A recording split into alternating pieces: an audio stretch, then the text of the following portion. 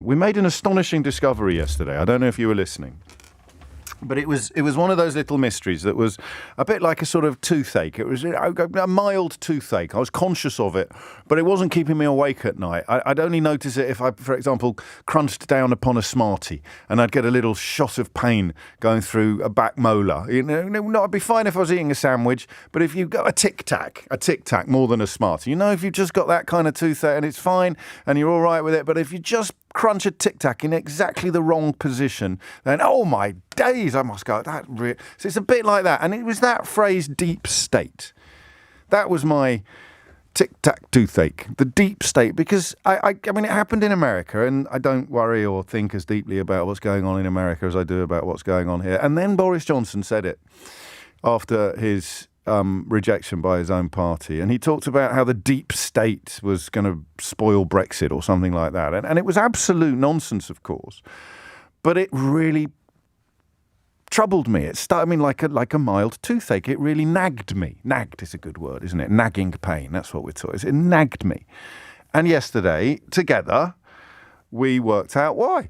Because Donald Trump, of course, has supporters in America and indeed in the Daily Mail, perhaps inevitably today, arguing that the FBI investigating him is some sort of injustice or witch hunt is, of course, the phrase that Nadine Dorries used to describe Boris Johnson being investigated. We're in a place now where Boris Johnson and Donald Trump's supporters, or cult members, I think more accurately, are demonstrating conclusively that they know their man is guilty because they're furious about the prospect of investigation. The sort of people who'd usually subscribe to the mantra that if you've got nothing to hide, you've got nothing to fear, are absolutely bloody terrified of seeing their man, whether it's Donald Trump or Boris Johnson, actually held to account for their actions. Of course, if Donald Trump's got absolutely nothing to hide and nothing to fear, then he wouldn't be having an absolute hissy fit about yesterday's raid, and neither would his supporters. And if Boris Johnson had nothing to hide and nothing to fear, then the investigation by the Privileges Committee wouldn't be giving the heebie-jeebies to everybody from the editor of the Daily Mail right through to Nadine Dorries, bless her cotton socks. So whether or not they're too thick to realise that they're essentially holding up a massive banner saying, "My man is guilty, please do not investigate him," I don't know anymore.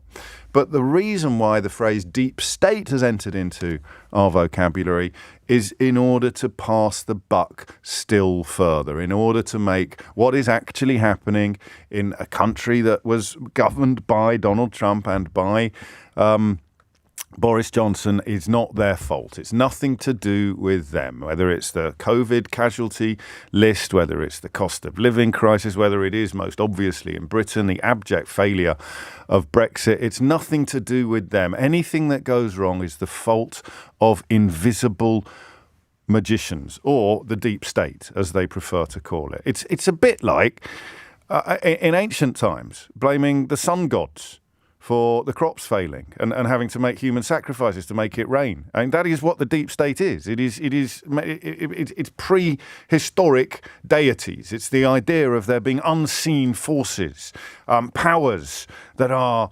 invisible, secretly exercising enormous influence over events, which means that the people in charge of events, the people in actual government, have no power or control whatsoever over anything. And it's why we also see the word blob appear sometimes in political discourse from the right wing. It's incredible. I feel incredibly liberated by that discovery yesterday, and I'm so grateful to everyone who sort of rang in and nudged the conversation in that direction until suddenly the clouds cleared. And if Keith had been paying attention, he'd have played the Hallelujah chorus, because suddenly it became clear to me. That's why they go on about the deep state. Well done. Better late than never, Keith.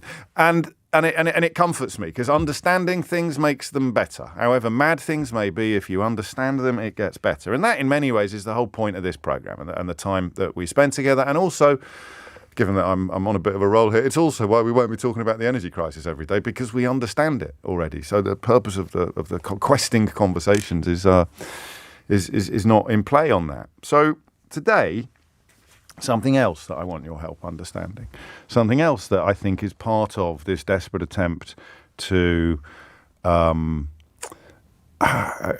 the buck, evade responsibility, duck justice and scrutiny, remove your cult leaders from the spotlight, because how dare you investigate these men as if they are normal men, as if they are innocent men, as if they are ordinary men. How dare you investigate them? They're priests, they're high priests, they're demigods. You can't investigate them. It's a witch hunt, despite the fact that the House of Commons voted for the Privileges Committee to investigate Boris Johnson. It's a witch hunt.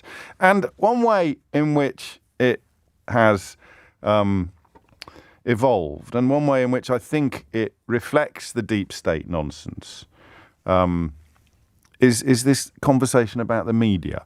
So Liz Truss was in front of a bunch of Tories last night on one of those weird new TV channels that's designed and paid for by billionaires who think the British media isn't biased enough already.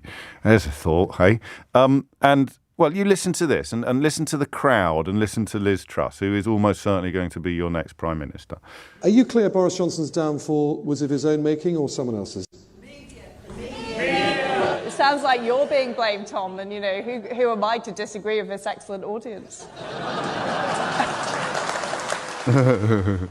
So it was the media's fault that multiple Conservative ministers resigned, multiple Conservative MPs submitted letters of no confidence in Boris Johnson, and the media's fault that Boris Johnson decided his position had become unsustainable. Now, what I want you to tell me, and we can do it like we always do it, either you tell me because you're one of the people shouting the media, you believe it, you mean it. It's the media's fault that Boris Johnson, who enjoyed supine and sycophantic support from pretty much every corner of Fleet Street and those elements of broadcast media that are permitted to have opinions, which automatically, of course, excludes the BBC. Which media are they talking about? What media are they talking about? Who are these people who think that the British media has been opposed to Boris Johnson? 2 weeks on the front page of the Daily Mail, Keir Starmer's entirely inoffensive and innocuous curry. 2 entire weeks it was there, while Boris Johnson's Downing Street was hosting more parties than Stringfellows. I mean, incredible. That might need a slight update for younger listeners. I don't know, Wayne Lineker was hosting more parties than Wayne Lineker.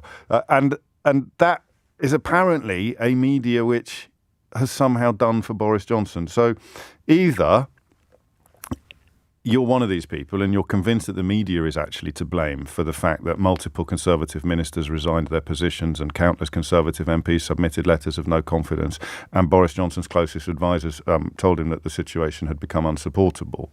You think it was the media's fault. Give me a call and tell me who you mean. What are you talking about? What are these institutions that wield such epic power and hold Boris Johnson in particular in such contempt? Because I should apply for a job there. I mean, that sounds like my kind of place, doesn't it? Who on earth are they talking about, these people in the crowd? 0345 6060 973. Gary in Halifax is on the same page as me. He writes, James, blaming the media is the British version of blaming the deep state. He then adds, I think ridiculously, I predict another brilliant show. And of course, as ever now, given the 52-48% split that still pervades the nation, it may be that we have to do it secondhand. So you know people like them in the crowd. And they say the media has done for... It's the media's fault that Boris Johnson has resigned as Prime Minister. I don't know anyone like that, I don't think. I just don't. I don't know anyone, and I'm not going to be rude. But who are they talking about? I don't know whether you say to them, who do you mean, Dad? Which media has you've got The Sun, you've got The Express, you've got The Telegraph, you've got Rupert Murdoch, so even when the Times does some grown-up journalism, you know that it's only being offered up largely as a sort of sop to the extremities of the Sun. You've got these weird new television stations, you've got most talk radio hosts, speech radio hosts, you've got entire stations dedicated to Brexit and Boris Johnson, but somehow the media was responsible for Boris Johnson's defenestration. You've got a denuded, cowardly BBC that's frightened of saying boo to a goose, forced an apology out of Newsnight when Emily Maitlis made perfectly reasonable comments about the state of the coronavirus management. So it can't be the BBC that's done for Boris Johnson. They've got the BBC running scared. Nadine Dorries is threatening to close them down all the time. So who do you mean? What is this media that Liz Truss agrees was responsible for getting rid of Boris Johnson? Liz Truss, who sits in a cabinet from which many, many, many ministers actually and publicly resigned, thinks that somehow the media was pulling their strings?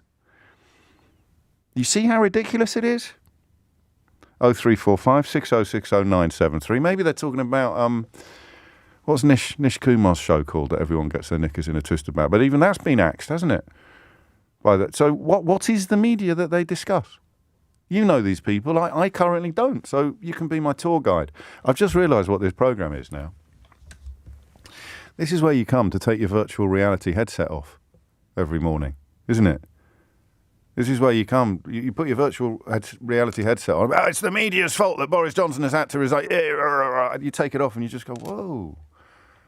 No, it really isn't. Oh, of course is it. We leave the door open for the possibility that I'm missing some epic elephant in this particular room. What is the media that these people speak of? The media that got rid of Boris Johnson? Because if they're that big and that powerful, then, next time my contract's up for renegotiation, I might see if they want to come in with a better offer.